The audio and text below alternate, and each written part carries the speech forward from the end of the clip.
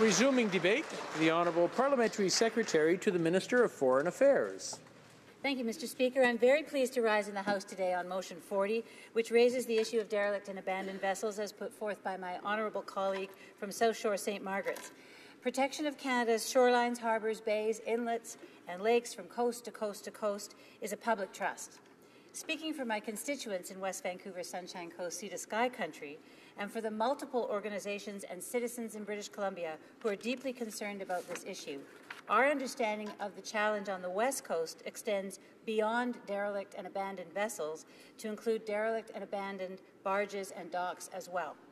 Responsibility for the environment and for the safety and enjoyment of our waterways belongs with all of us. When the owner or occupant of a derelict or abandoned vessel, barge or dock is unknown or impossible to find or entirely unaccountable, then responsibility ultimately falls with the federal government.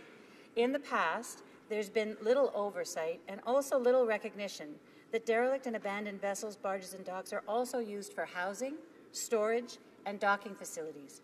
In my riding alone, the Islands Trust, the District of Squamish, Sunshine Coast Regional District, Town of Gibsons, Village of Lions Bay, Bowen Island, District of Sechelt, and local citizens have been proactive for years in documenting the problem, in researching solutions, and even taking action on their own.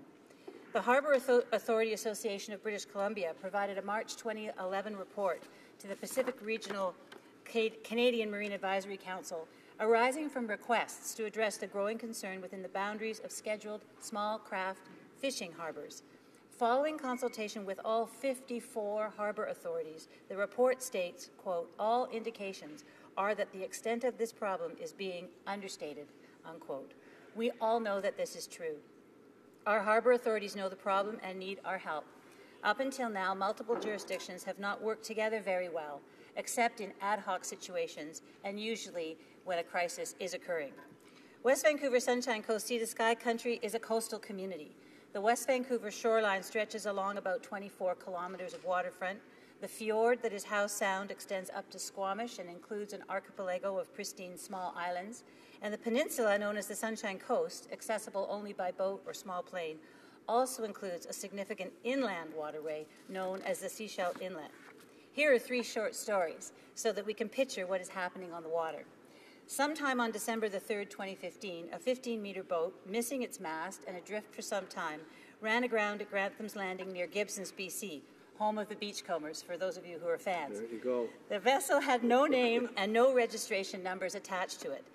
The vessel, according to the locally elected regional director, presented a clear and present danger to the wharf and waterfront properties. In his words, quote, you don't realize how much of a problem derelict vessels are until you've got a bowsprit poking at the window of your cabin. Then it becomes real.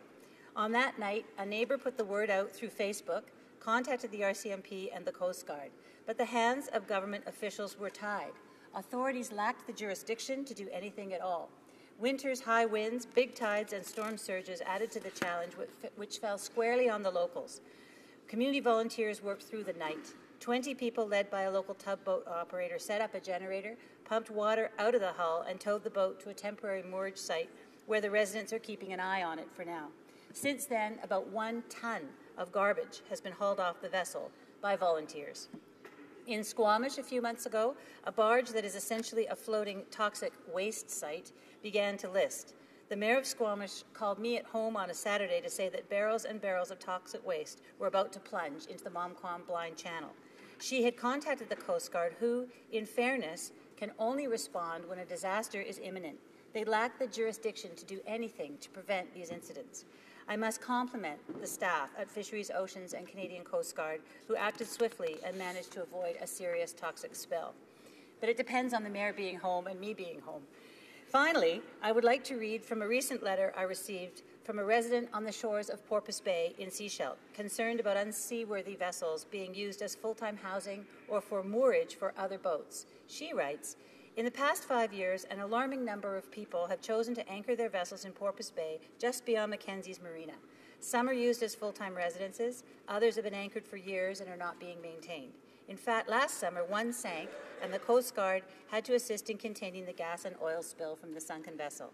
She gave further examples of a floating home buoyed by the shell of a catamaran with 4 boats tied up to it, and the charred remains of a tugboat with 3 boats tied up to it. These vessels are a threat to the environment, to enjoyment of the bay, and to navigation. We have the opportunity now to take action.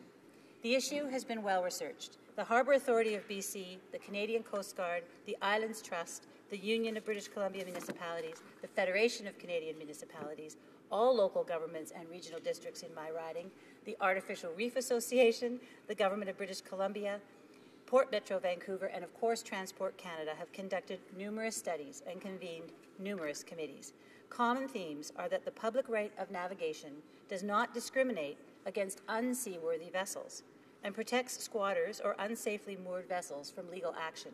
Current laws and authority only support action after an incident rather than taking a preventative approach. This is a very brief introduction to a complex problem. I would like to thank all the volunteers who have acted quickly to avoid the harm caused by derelict and abandoned vessels, barges, and docks, and who have helped to keep this issue in the forefront. Motion 40 is an important step forward, and the Minister of Transport is taking the lead on this issue. Let us be the Parliament that addresses derelict and abandoned vessels, barges, and docks for the safety and enjoyment of our communities and for the protection of our natural environment. Thank you very much. Resuming debate, the honourable member